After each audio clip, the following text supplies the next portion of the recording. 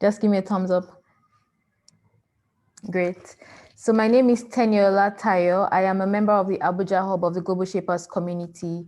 I'd like to say a very big welcome to everyone today. You are at a Davos Lab event on improving job security and leveraging an inclusive workforce. So very quickly, I'm going to hand over to Tope Wojuola to sort of tell you more about the Abuja Global Shapers and to tell us more about what we'll be doing today.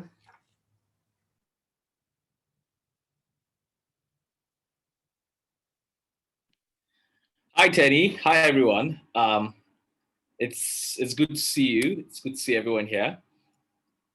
Let me start by thanking everyone for joining in, and thank also our panelists that are joining in from Tope. I hope I'm pronouncing the name Tope Fasua. Fasua.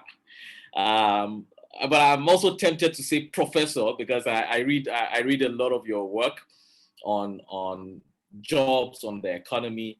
They're fantastic and all.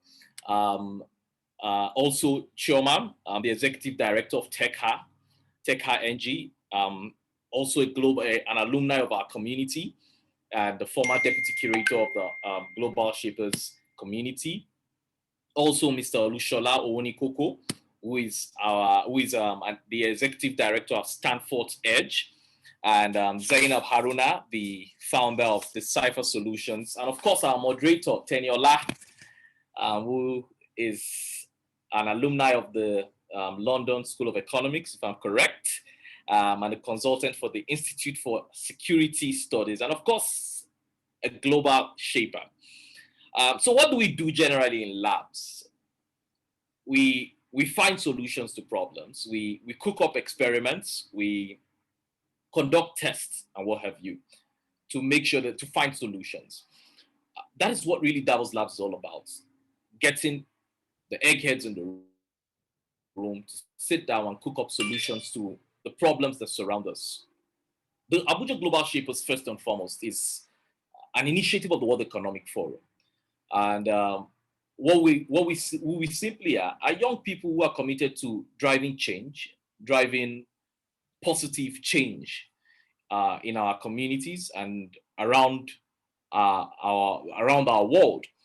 We, as a community, we embark on different projects such as Plant a Tree, which is a project that's related to climate change, and we just conducted. On this project, we planted about 5,000 trees across the Federal Capital Territory. We also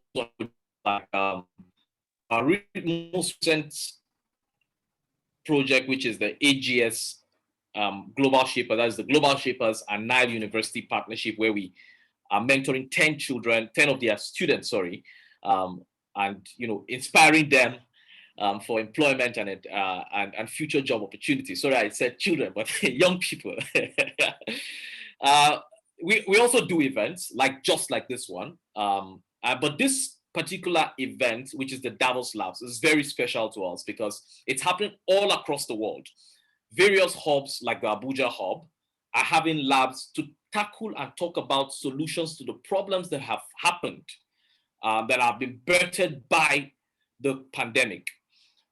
Last week, we had a lab like this that talked to the issue of healthcare infrastructure in Nigeria and what will the future be for healthcare infrastructure. This week, we're talking jobs and particularly job security in a post-COVID world. One of the things that has been greatly hit by the pandemic is jobs. People have lost jobs, people have lost their sources of income, and it also talks to the fragility of the economy or economies around the world and what we're dependent on, really. I believe that these conversations will lead us into talking about solutions and how we can ultimately have more sustainable jobs, more jobs that really that defy time and pandemic, really. And I believe we'll be having a very excellent conversation. Once more, thank you all to everyone who is on the call. And our panelists, thank you so, so much for joining in. Over to you, Tenny. Thank you. Thank you. Thank you for that, Toby. So I think JJ is going to say a few words as well about today's event. Over to you, JJ.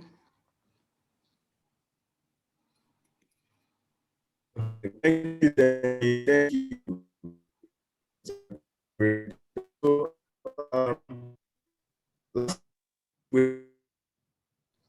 JJ, seems your internet is really bad. Can you maybe change your location or your position? Oh, he's been disconnected. I see. All right. If he's not able to, if he's able to rejoin us, he's going to share the words that he wanted to speak. But then I think that we're going to get right to it because, you know, we're all busy people and we'd like to get into the conversation.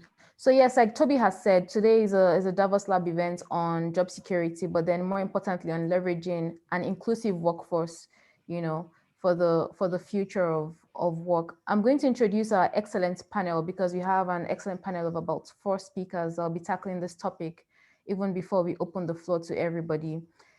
I think Toby did some of that for me already. So he has hinted at who they are. But then, yes, first of all, we have Tope Fasua. He's a graduate of economics from Ondo State University in Adoekiti, and he received the awards for the best overall students in the department, in the faculty, and in the entire school for the year 1991. So before some of us on this call may have been born.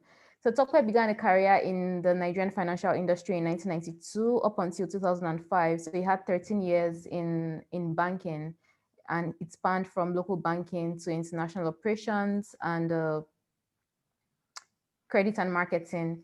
He's a qualified chartered accountant and he has a master's degree in financial markets and derivatives with distinction from the London Metropolitan University.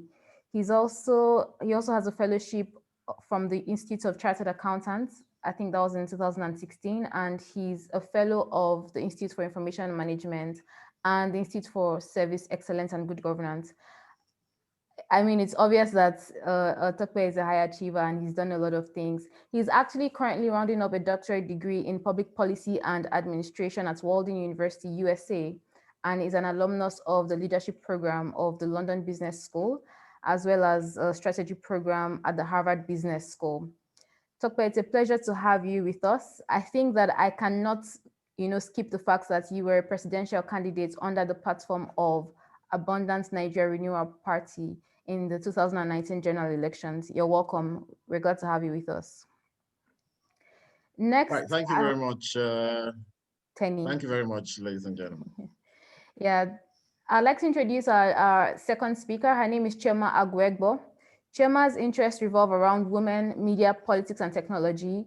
Her strategies advance causes, build businesses, and foster engagement between governments and citizens.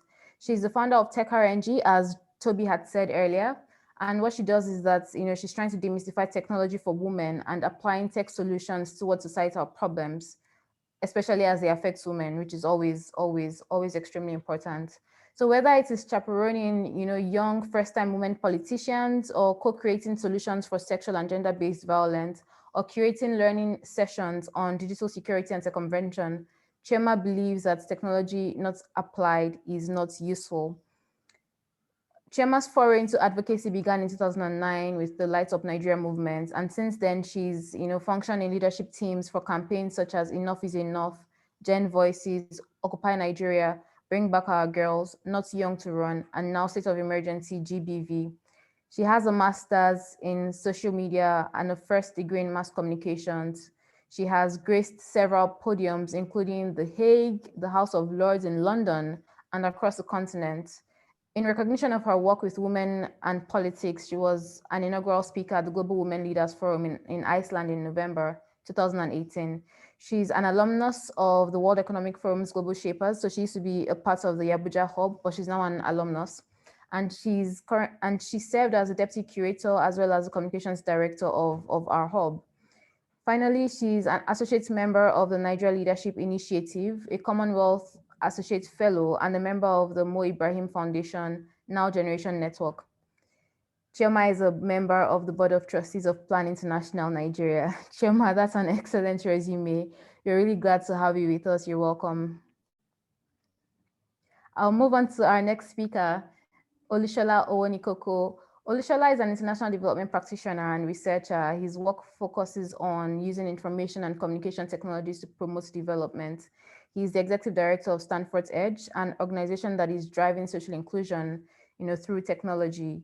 The flagship initiative of the organization, Project Enable Africa, promotes digital inclusion and disability advocacy for persons with disabilities in Nigeria.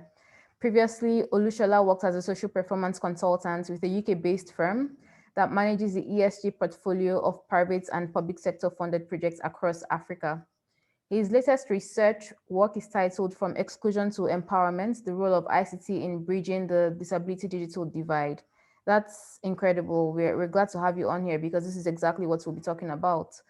And his research explored, what access to ICT means for persons with disabilities in sub-Saharan Africa.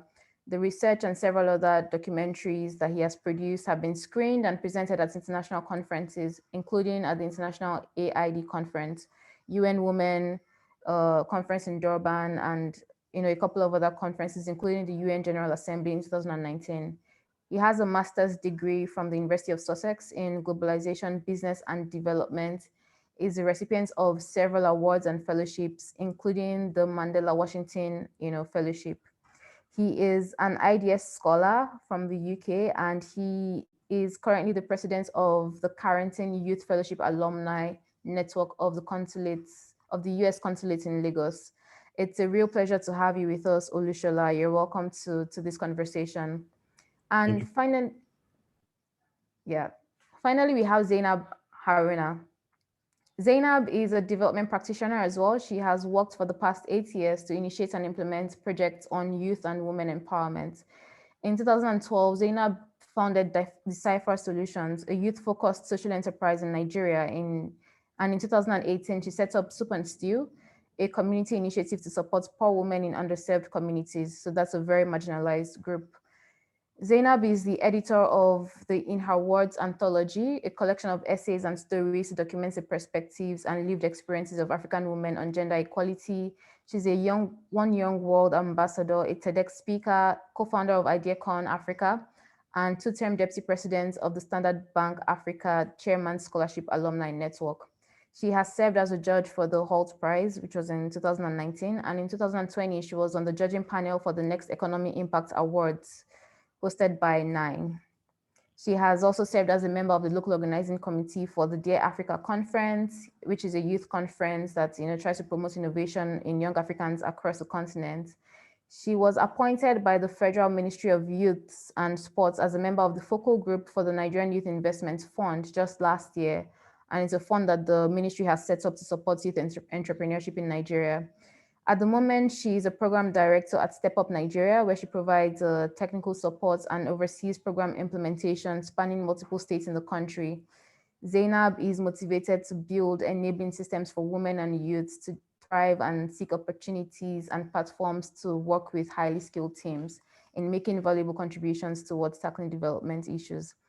It's an incredible pleasure to have you, Zainab. This is, a brilliant resume. We're glad to have such, a stellar panel to tackle this issue. I'm glad that, for example, your profile covers women and youth, and especially disadvantaged women. It's a pleasure to have you. Now, very quickly, we're going to be diving into the conversation. Our conversation is divided into 3 sections. We're going to be speaking about the protection of vulnerable groups, and then we're going to be speaking about upskilling and reskilling, and finally about technology and employment standards. So we're going to be starting with the very first section about how to protect vulnerable groups. And I'm going to start with you, Olusola.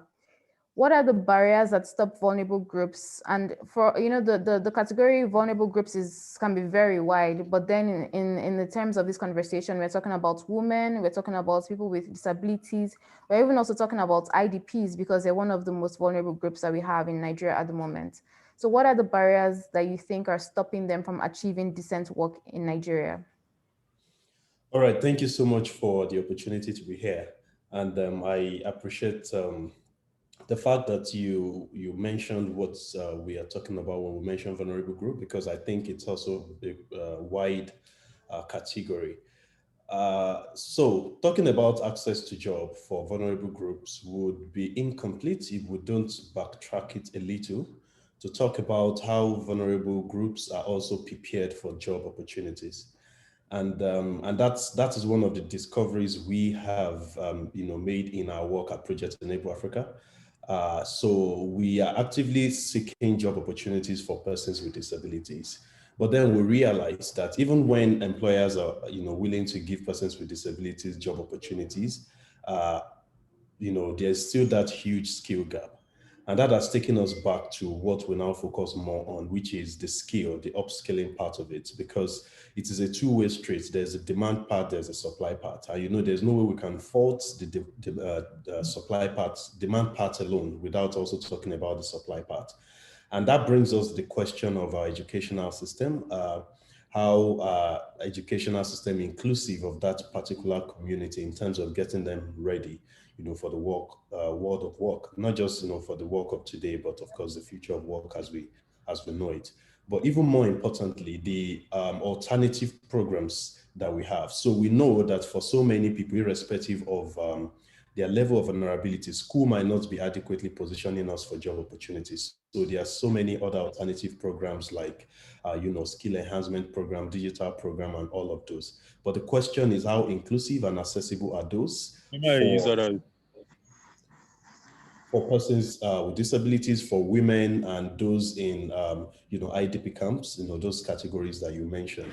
We would have to start the conversation from there, and then, of course, work it up to when these people are skilled, then what are the opportunities that are available for them, and how do we influence that? For us, so last year we created a toolkit that we are using to engage employers in order to get them ready for persons with disability, which is the area of our focus. And I think that is also applicable to other sectors. And that toolkit focuses on 4 key areas: policies. We understand that at the end of the day, part of what I particularly am realizing is we can only do so much when we focus so much on programs. You can impact 1,000, a few thousand people, but there are still so many millions of people out there. And with one policy, we are able to make significant change in that. So we're beginning to work with organizations to evaluate their policies and see how inclusive it is. And it will probably not surprise you to know that many of the exclusion that is experienced in the process originates from the policy. When the policies that state exactly what should be done, what should not be done, do not include this category of people that are already vulnerable, then we have begun to fail at that level. So we do a lot of work now with corporate policy, which is where we are focused now on making sure that at least at that level, things are put in place. Then we go to processes. What exactly are the processes that brings out these opportunities and all. And when that is done, then we can begin to talk about programs and platforms, because really those ones are low, they are like effects, when we deal with the policy and the programs. So I think that would be important to look at the supply side. How are we educating people? How are training programs? Part of what challenged our work this year is that we have been in Lagos for most part of when our organization has run. And the question now is, how many people, what's the percentage of Nigerians, this vulnerable population that are in Lagos? And that in itself is exclusive. So part of the research you mentioned earlier, I'm just going to give the summary that points a bit to what access to disability means and the levels of exclusion that we face. So we came up with this 7A framework that points to exclusion, and I believe it is applicable to different areas. The first one is availability. So the question is, for the research which is focused on ICT, is a particular ICT available? But even beyond ICT, these opportunities, are they available? And that is where we talk about policy, such that even though those opportunities are available for everybody, are they available for vulnerable group, and do they know? And then that goes to the next A, which talks about affordability.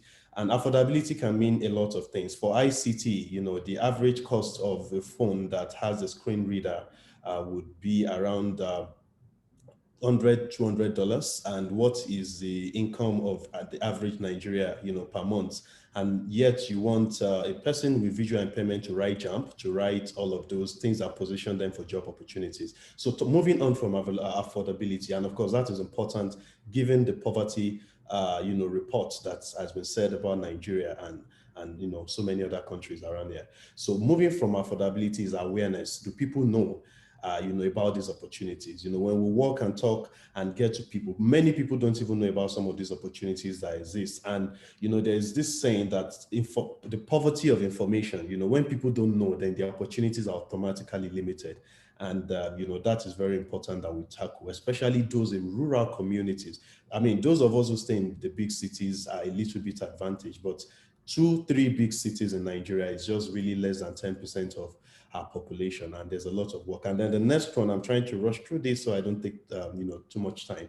Ability, and that is perhaps the very important one. The capacity of people to use the tools available for them to access opportunity, the capacity of people to do the jobs when they have the opportunity to, and that is very, very important. Of course, a lot of factors influence these things I'm mentioning, but probably as we go on, I'll be able to talk more about them. And then the fifth A is adaptability. Adaptability sometimes is more important than innovation. And part of what we have to, I think it was said in while you were reading the profile that ICT that is not used is of no value. And ICT, when technology are technocentric, they are also of no value if they are not human centric, because at the end of the day, technology is not the end goal. They are supposed to be means to the end. And the end is about the human development outcomes for humans. And of course, so those 5 A's are technocentric. The last 2 A's, which talks about attitude and agency, are human centric. The attitude of people is important. What's their perception? The attitude of the government, the political will, and that comes strongly with policy, because the policy we make is a reflection of our attitude and perception about issues. And that is very important on gender issues and disability issues, vulnerable populations in general. And the last part, 7, which I think is a very powerful one, is a power of agency. What people can do when they come together. Recently, we heard the news of women in Kogi, I think Kogi or Kwara State, in rural community, who came together, donated money and built schools for their children. And that's because of the power of agency. One person might not be able to do much, maybe 2 or 3 people might not. But when we come together, we can do a lot more. And that's why platforms like this will always be very important for us to create solutions, but not just among those of us who have access to such platforms, taking it to places like IDP camps, bringing women on board, vulnerable women, to engage them in the creation of solutions that would help drive this conversation would always be very, very important. I think with that, I've been able to give a summary of what I want to talk about today and probably lay a foundation for our conversation. Thank you. Thank you. Thank you for that, Olusola. That was incredible. So availability, affordability, awareness, adaptability, attitude, agency. It's interesting because I think just this afternoon I saw an article on the gig economy and whether it's favoring women in Africa. And one of the issues that they raised was even the awareness of what opportunities are available. So I'm glad that you're touching on those issues.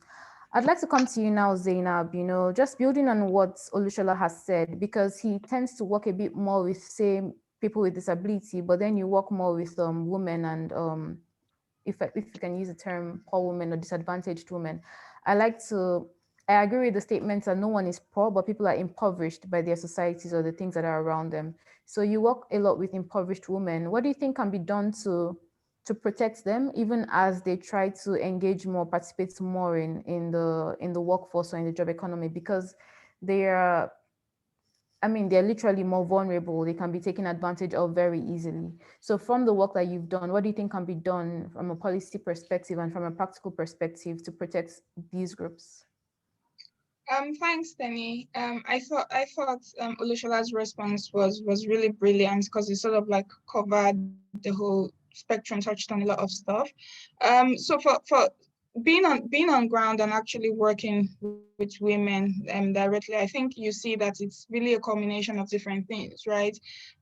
First of all, it's we need more awareness on the capacity of women in the workforce. We need to understand as a society that women make up half or possibly more than half of our population, and they are productive workforce. So a lot of the barriers that women in poor communities face, some of that is cultural norms, the restriction by their families or their spouses from even being part of the workforce, right? This thing that women are supposed to be at home is still quite prevalent, especially in those kinds of communities.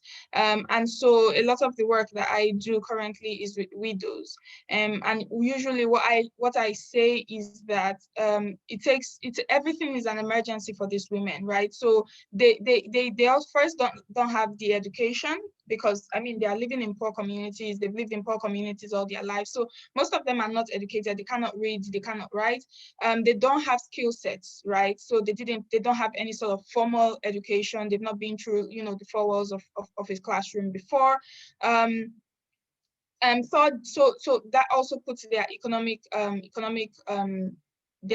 well-being also in jeopardy, is also in jeopardy as well, because you don't have education, you can't read, you don't have any skills. There's a very limited, you know, sphere.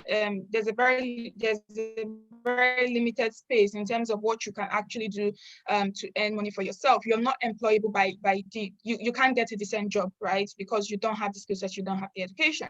And then when their husbands, who are the earners for the house now, you know, passed on, they're just suddenly plunged very deeply into uncertainty, into poverty, you know, bottom of the pyramid kind of poverty.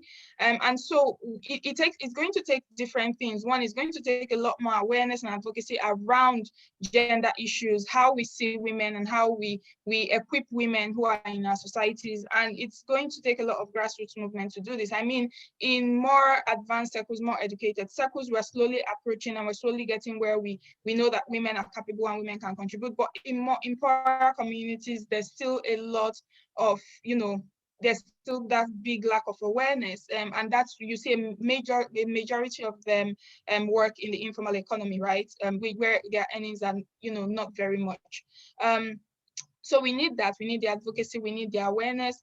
We also need to start actively creating tables where these women or vulnerable groups are part of the discussion from inception, right? It doesn't, I don't think it does, we do them a disservice by creating solutions and then trying to implement those solutions for them, right? We sit in the boardrooms and we discuss what we think vulnerable groups need, and we come up with solutions, with innovations, and then we go to their communities and try to implement it. If you don't carry, from my experience of working in communities in Nigeria, if you don't carry people on board, if you don't bring them on board from the beginning, you're going to have that much more of a battle when you want to implement. So it's important that we open the space, we expand this space to include the voices of vulnerable groups, whether women, whether young people, whether people living with disabilities, from inception. They know the problems that they are going through. It's their everyday life, it's their lived experience. We cannot know better than them. So when we're designing solutions, they have to be on board from the beginning. And I also think it's quite important to also engage such groups in such a way that can step back at some point and they can continue with the work themselves, right? So we center them, we don't center ourselves, we don't center people from civil society, from government, or whoever it is that's going to engage this group. We don't center ourselves, we center them, so that we build the solutions with them at the center. Something to give an example, it would be, let's say, from the issue of jobs, for instance. What kind of jobs actually do these people even want, right? What kind of things, what kind of jobs are they interested in? What kind of skill sets do they have? How do they want to expand that? And you put them at the center. And we also make sure that they are able to engage with whoever it is, the necessary policy makers, right? If it's the ministry, I don't know what, Ministry of Women Affairs, whichever ministry is responsible for this, we create pathways where the women can engage directly with these policymakers, bring them into the room, have them sit in the room, have stakeholder forums, and they are a key stakeholder, they are key stakeholders, have them in the room, have a town hall where they're speaking directly to the policymakers. If you're having meetings, bring them together, and they're always able to engage, as long as we help them to speak directly, so that at any point when we now want to leave, they can continue the work, they can continue engaging. And that's a much more sustainable way to tackle these issues. Because if we center ourselves, at some point, let's say, for instance, we lack donor funding or we lack assets, then, you know, some of the projects gets, you know, lost by the wayside. But if they have been the one engaging directly and you've been carrying them along, at some point you pull back and then they continue the journey, and they can empower other people in their communities as well to continue doing the work. And it creates this heightened sense of awareness. A few days ago, someone reached out to me to say there was a school in a community that was torn down. The children were sleeping on the floor. They wanted to run a crowdfunding campaign to get people to donate to build the school. I'm like, is it a public school? They said, yes. Why are you donating to build a public school? There's someone responsible for that. That's someone's job. You can't be doing the job of the government for them. You can engage them. You can write letters to them and ask them, okay, so why is this school? Because as long as we continue to absolve people who are responsible for doing the jobs from their jobs, it's not going to get done, right? So we need to start engaging vulnerable groups, empower them in ways that they can actually start engaging the right people by themselves without us being at the center. I think those are just some of my thoughts to respond to that question. Thank you. That's brilliant. And I think that that's very important, because it's funny how we fall into the same traps that we accuse of others of. So we don't like it when people lord their education or experience or position over us. Maybe we say that from the Western side of the world. We don't like it when they think that they know better than us in terms of how to solve poverty. But at the same time, on our end, we think that we know better than people that we regard as poor within our societies. So it's a good wake-up call. And you've said many important things, centering the actual people, in the work, and not doing the work on them, but doing it with them, co-creating whatever the solutions are, making sure that they're key to implementing those solutions. And I think that that's very important. I want to tie what you've said now to what Shola has said. Shola, you made the comments about technology and making sure that it's human-centric and not technocentric, because we tend to take it the other way, where we think that technology is king and everybody has to fall in line. And I want to bring this to Chioma, because Chioma, you work with women and you work with pretty much increasing the agency of women in the tech space. I have always found it funny that in Nigeria, we talk about tech bros, and now you even have women that are in tech identifying as tech bros. There's no tech sis yet. I think someone is trying to push a tech babe, I don't know terminology, but then it's tech bros, so it's also a testament to the fact that the space looks like it's dominated by men. Maybe so, but then there are a lot of women in the space as well. And this is the work that you're doing, to make sure that, technology is meeting the women, but then not, automatically leaving them behind. So it'll be great for you to comment on the work that you've been doing, because I think that we can link that to the question of, how do we ensure that everyone gets a decent job, regardless of education or family background? How do we help them, jump over some of these obstacles that we know that are always holding them back? Over to you, Chioma. Thank you very much for that question. On the question on the thing about tech bros or not, to be honest, I don't mind it. I, however, believe that we shouldn't even give these things names at all, right? So it shouldn't be tech bro or tech sis. It should just be people who work within technology spaces. I think even the application or the appropriation of gender further serves to deepen some of these stereotypes. On what we're doing, I think my organization TechHer has 3 strands, and the first of them is digital literacy. And the reason why we have this strand is because we realize that technology, can and has improved productivity in different areas, of the Nigerian labor industry. However, there's a lot of advocacy that's thrust at young children, right? So you keep hearing bring girls into STEM, but what happens to people who have gone past the age of girl?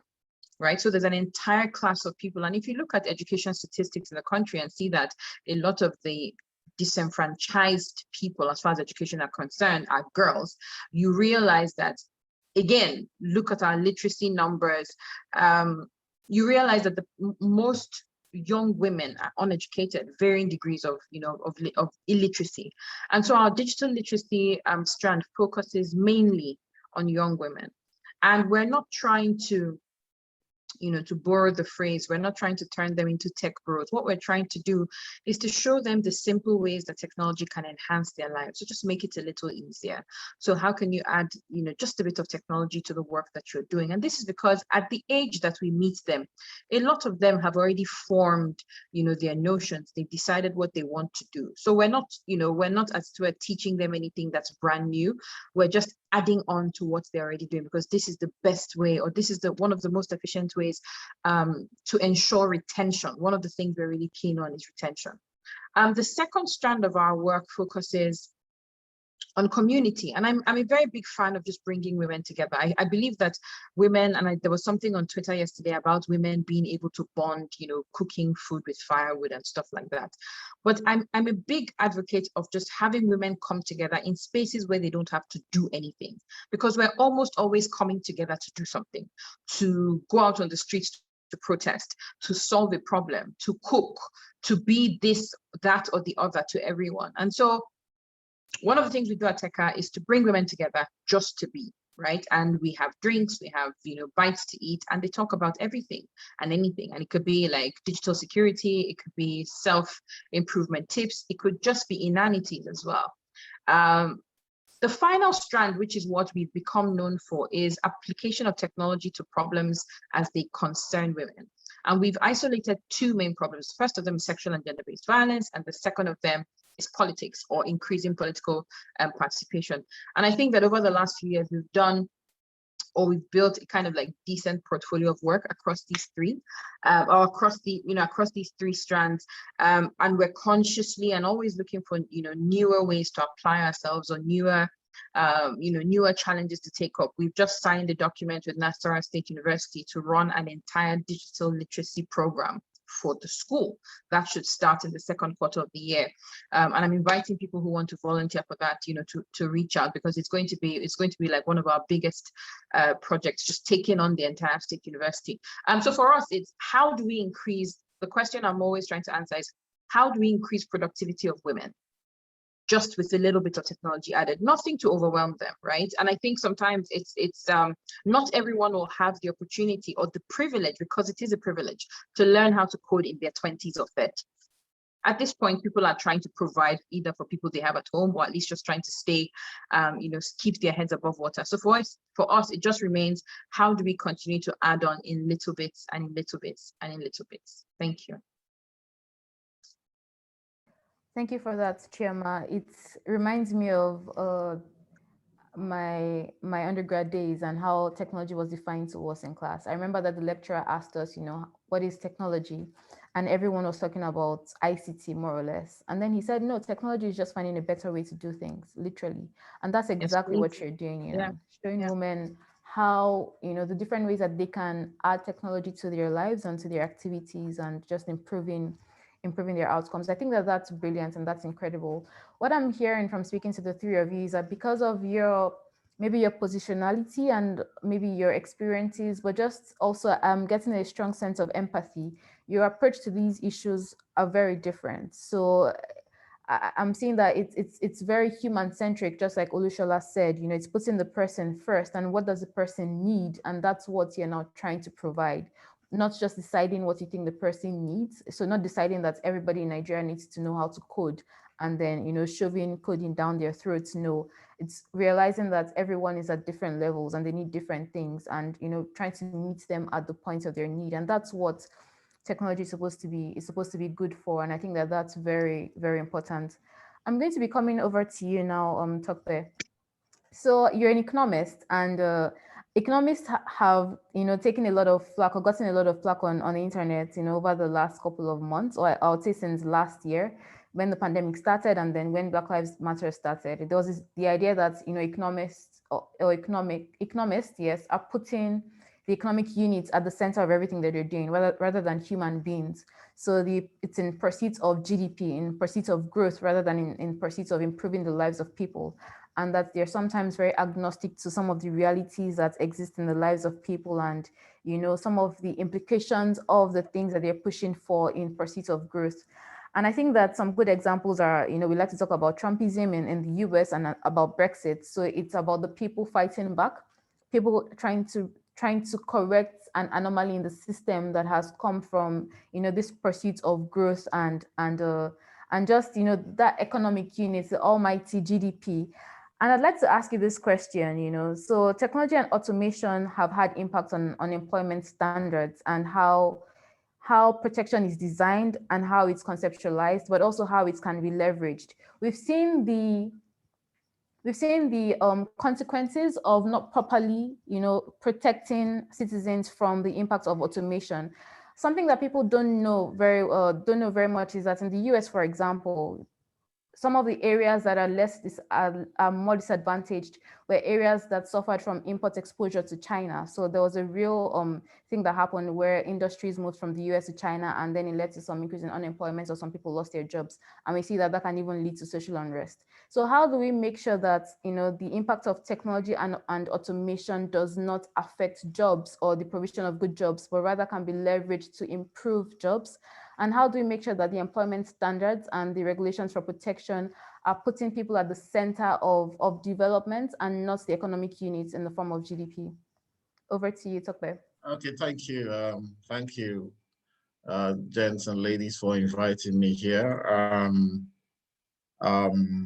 Yeah, I'll give it a good shot. I'll try and see how I can answer some of your questions. Quite a bit. I think that, talking about the GDP issue, or talking about, mainstreaming economic jargons and issues, and some of the things you've talked about vis-a-vis the people, well, it's a question of ideology and which ideology is driving the economics of a country. I've always been on the side of pragmatism, ensuring that you choose the ideology that's best for your people, and that means that you have to know your people. For example, like you guys have rightly said here, and I've heard, I've actually seen quite a bit of emphasis on things like coding, on things like tech, and so on. But when we remember that, we're still largely, we still have a large literate society, then we need to understand that we need to have policies that will speak to them and lift them out. As a matter of fact, at that point, they need assistance. And that's why they're vulnerable. This is one country. You guys are talking about, we're talking about people with disabilities, for example, disadvantaged demographics in society, people with disabilities, women. One of the things I didn't even see mentioned, though, in some of the text that I got from you guys, is old people. And if you look at this Corona era now, you see that old people actually were perhaps most vulnerable. A lot of them have been neglected, those who haven't died. And quite a number of people have just been ripped off, who have been most affected by this Corona virus, and so on and so forth. So those are the issues. So I think that the policy issue is what matters most. The ideology of mainstreaming people and understanding that less able people should actually take center stage in our policy. Is a policy issue, is a governmental issue, is something we should push. Even though I picked up something from, was it Shola when he was speaking? Oh no, not Shola, I think it was maybe Zainab or Chioma, I can't remember, I'm sorry, about us not doing the work for government, maybe people who go ahead and do the things that government should do. The problem is that, the situation is so dire that we indeed, just out of pity, just out of altruism, we need to sometimes step up and do the things that government should do beyond writing to them. And, sometimes they're recalcitrant, sometimes the monies that have been earmarked for some of these things for vulnerable people has been, so we can't leave those people at the mercy of what government people can do, given all the problems that we know that we have in the country. So, of course, we're talking about ideology issues, we're talking about policy issues here. So to a large extent, I think also that in knowing our people and knowing our demographics and understanding who and what we're dealing with here, we need that level of honesty. For example, when you look at Nigeria, you find that one thing I've always advocated, public good, what we call public good in economics. So this evening I was chatting with a group of people, and the issue came up about public goods. So we need employment. When you're talking about employment, you're talking about fairly good employment. Okay, so how do we get that? Technology, unfortunately, is one force that waits for no man. It's called creative disruption. Perhaps this meeting we would have had to have it physically in some hall somewhere. We would have had to buy drinks and so on. All of those things have been cut off now because someone came up with an idea, that is even better than Skype that we used to use. So there's a whole value chain that has been eradicated. And the fund or the monies that will be made from this discussion will be made by Zoom Incorporation somewhere in the United States. And maybe, whatever internet network here, whatever each of us is using. That means that money is not going to stay in this country. That means that so many Nigerians are going to be excluded. Those who could have sold the drinks, the person who could have rented the hall, you can see all of them taken out, by technology. So what do we do? So that part, we can't help that much. We can only try and play catch up. Most of you are tech people. So we keep playing catch up with trying to understand those technologies, trying to use them, trying to make some money from them and all of that. But on the flip side, we haven't provided public goods for our people. And that's the part that I think is really, really neglected. For example, Egypt has 100 million people with 1 million policemen. Nigeria has 200 million people with 400,000 policemen, half of whom are carrying bags of big men. Another quarter are posted to banks around the country and posted to oil companies and whoever can pay for them.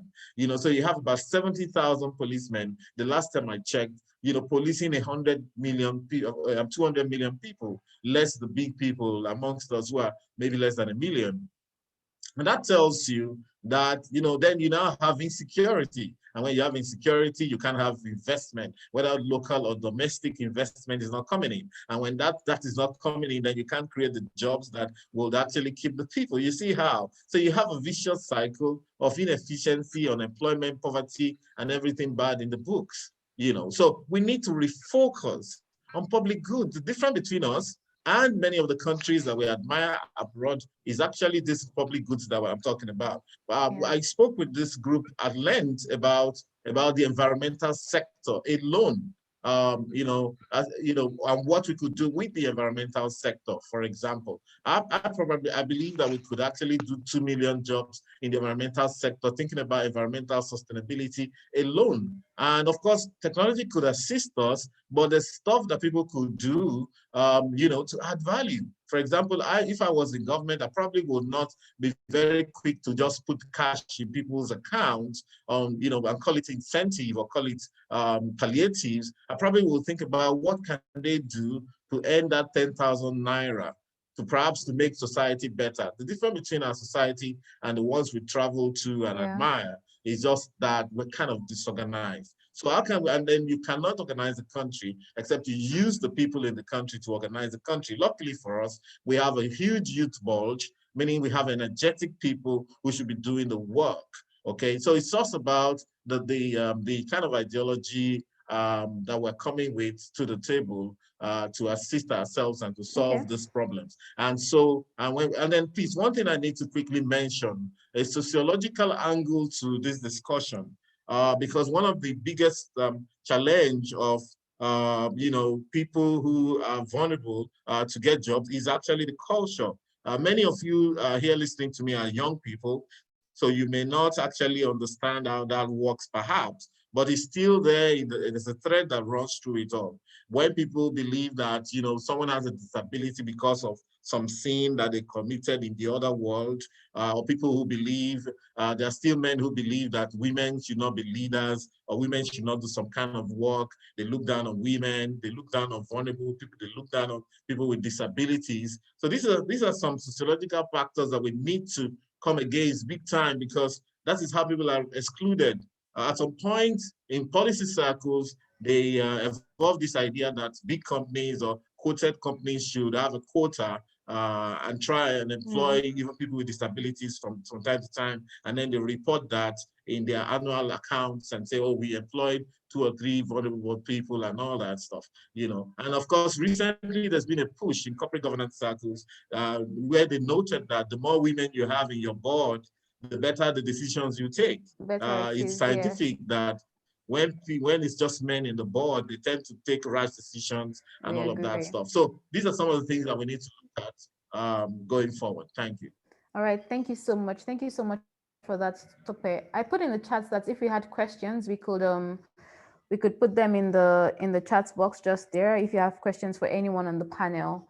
And we've listened to Tope speak, and like an economist, you know, he's taking the economic perspective on things, which I think that the rest of the panel may beg to differ a bit on.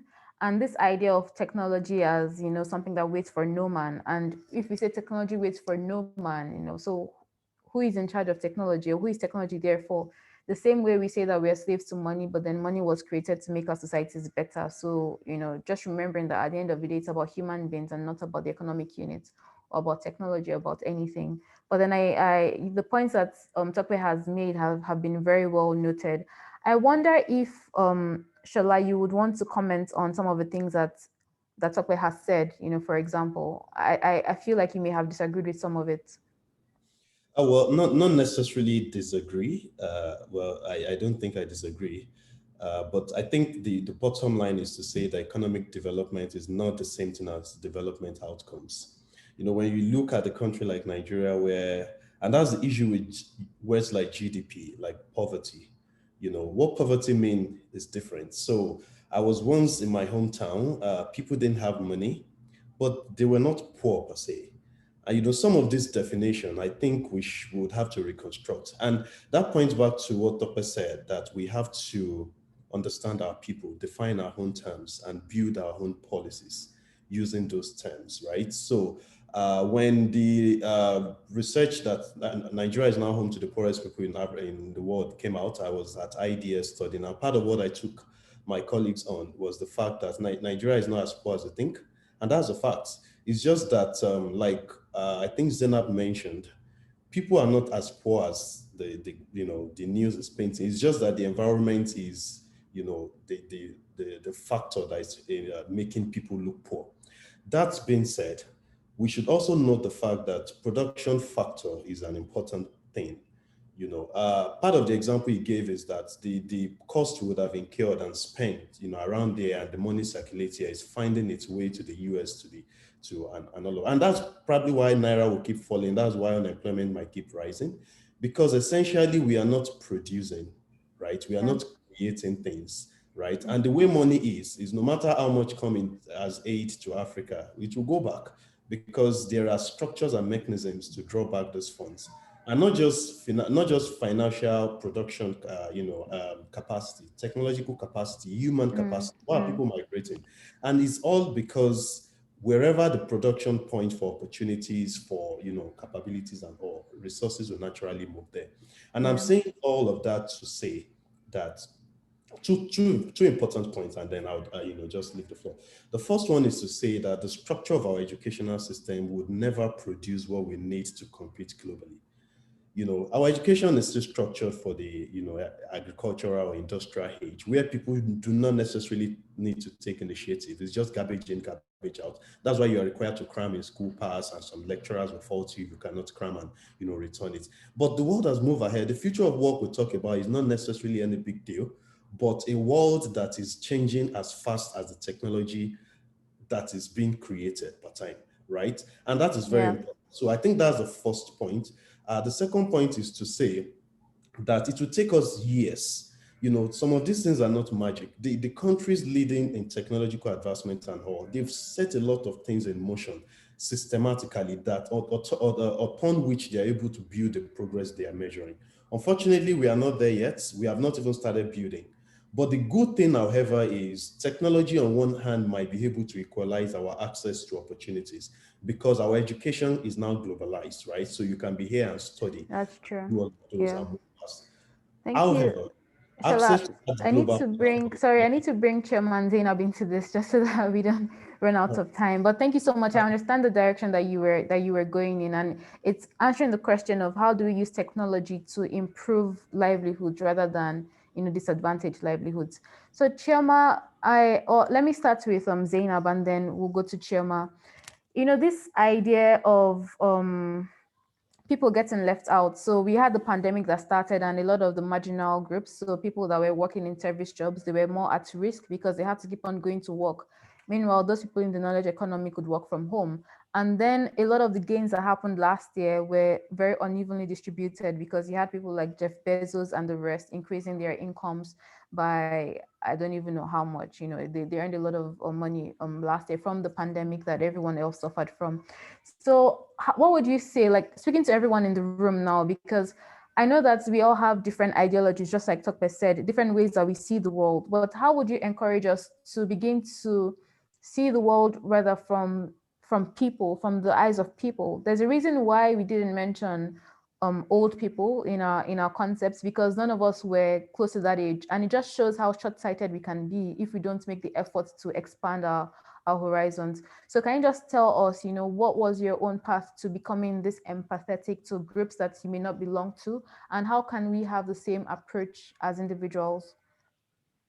Thank you, Tenny. I think so. It's pretty important to I think from designing projects, because I've designed and implemented a lot of projects, right? And it's always interesting how once you're done designing and then you need to implement, you start getting, you have an idea in your head of how implementation is supposed to go, but then actual implementation on ground and in the field does not actually go that way, because people are not diagrams on a board or words on paper. People are people, so they are diverse, they are different, and also understanding, because I'm Nigerian, I come from Nigeria, and Nigeria is one of the most diverse countries that I know. We speak about 200 languages, there are 36 states, different ethnic groups, and so as someone born in Lagos, moved to Abuja, schooled in Kogi State,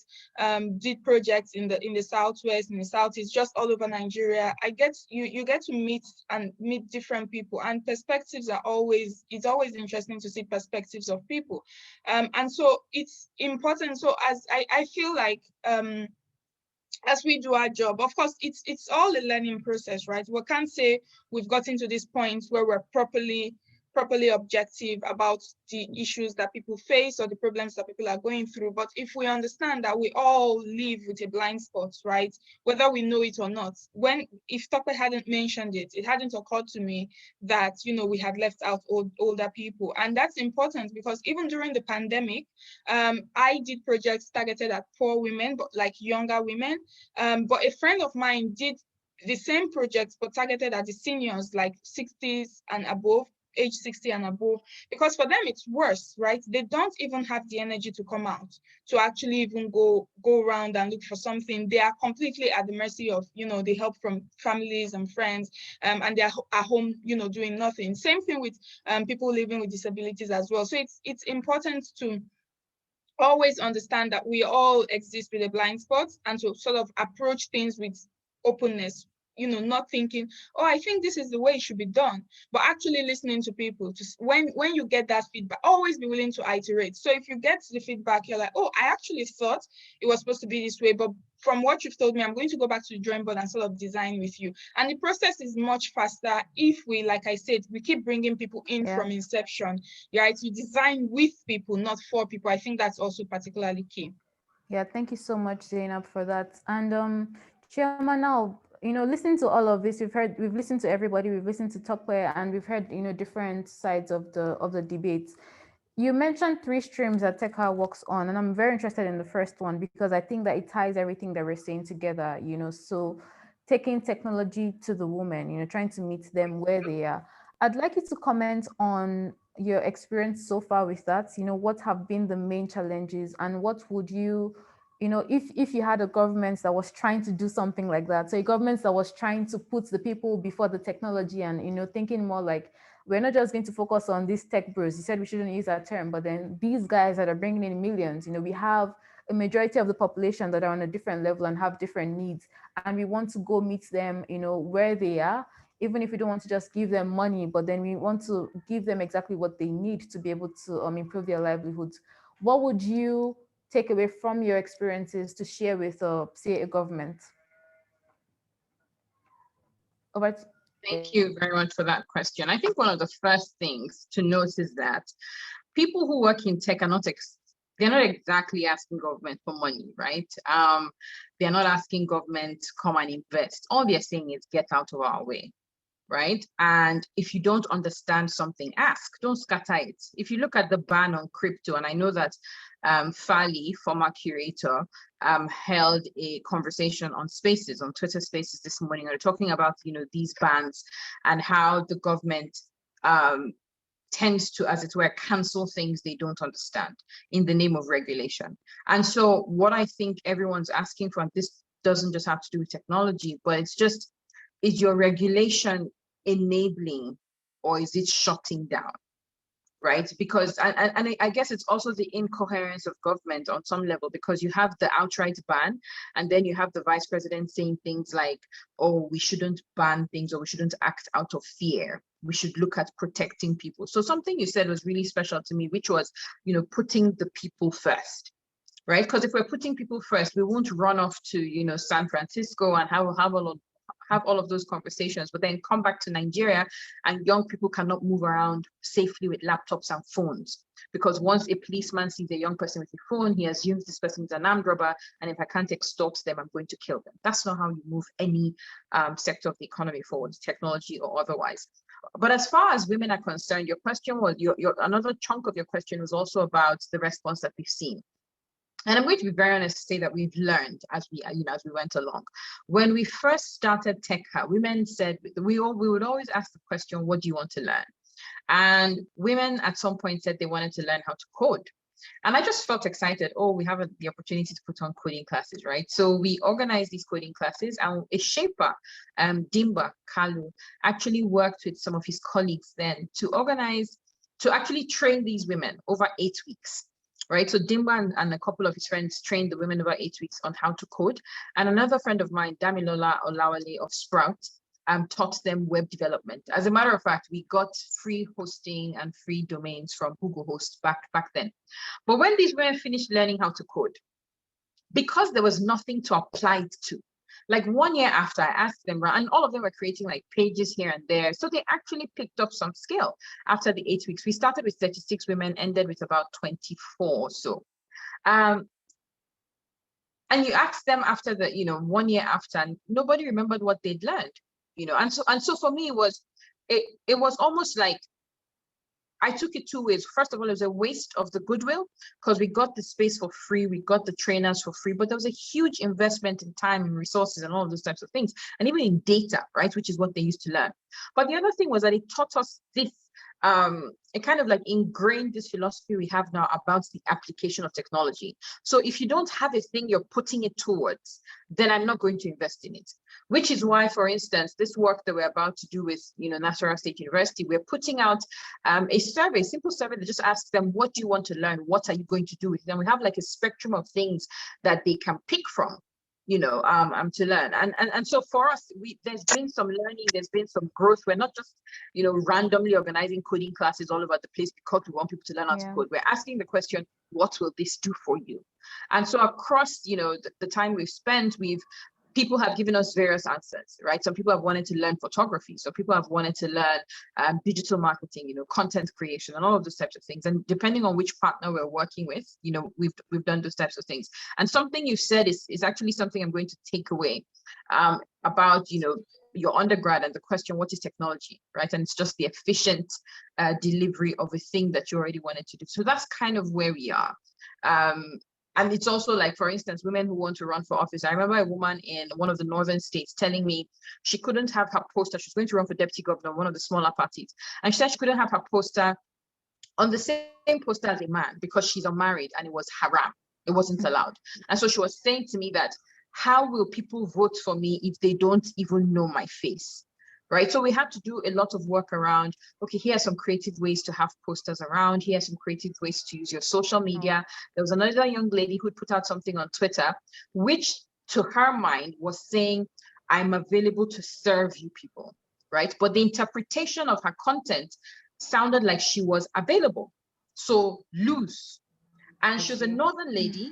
And so the backlash was swift and it was furious and she was terrified and she's 20 something.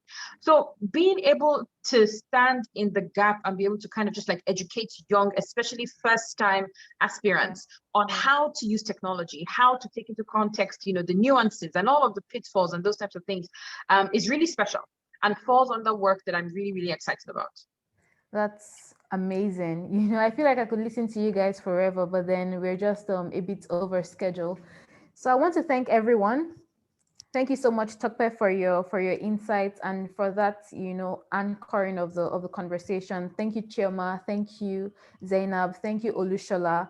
I would hand over to Mustafa now. Mustafa is going to close this session very quickly and, you know, expand the vote of thanks that I've started. But thank you, guys. This was brilliant. Thank you. Thank you, Tenny, and thank you indeed to our wonderful speakers who have made insightful contributions in this conversation around improving job security, which is one of the 10 pillars of the Davos Lab.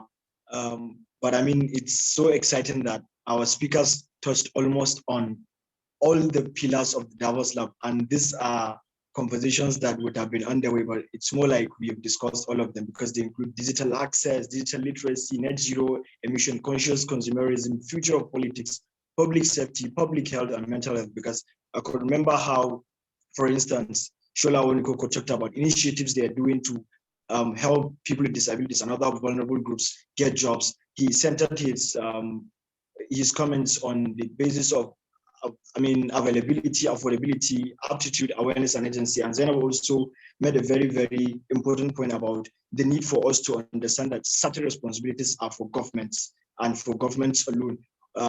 But more interesting is how Mr. Tope for sure was able to say that, yes, there are certain things that when we see in the society, all we can do as citizens is to advocate for policies around those issues so that the problem can be solved. Because I mean, as citizens, sometimes we can only hold the governments accountable and not do what they're expected to do for us. But of course, Chioma also came with a very wonderful comment by saying that we can't force technology down the throats of people who have already decided the kind of lives they want to live in. So whenever we're introducing technology, whenever we want to make lives easy for people, we need to understand what they need. I think all these contributions were very, very fantastic. They were wonderful. And I hope that the aim of the Davos Lab conversation, which is to drive action, dialogue, and change, is going to be achieved on the basis of these wonderful recommendations that were given by our speakers. So right now, I'm going to say thank you once again to our speakers and our wonderful moderator who works with myself and my other Shaper colleague, Queen Esther Eranusi, as well as Barrister Jeremiah, who also worked tirelessly in putting up this conversation. We put out the invitation to the speakers quite a bit late, but they were all able to accept this invitation and make these wonderful contributions. We are so grateful. Thank you very much, and we look forward to hosting you in subsequent conversations. Thank you, Mustafa. Thank you very much, Tenny. Thank you, everyone, for having me. Thank you. Thank you for having us. Thank you, everyone. Thank you to all the participants as well. Thank you very much. Thank you, Mustafa. Thank you, Tenny. Yeah. Thank you, Chioma. Thank you, Zainab. Thank you, everyone. Thank you. Yeah, good night. Nice to see so many faces. Zainab, Tope, everyone. Drink a lot of water. Yeah.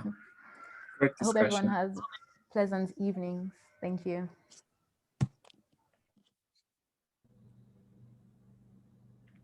Yeah, bye. Oga Tope. Bye.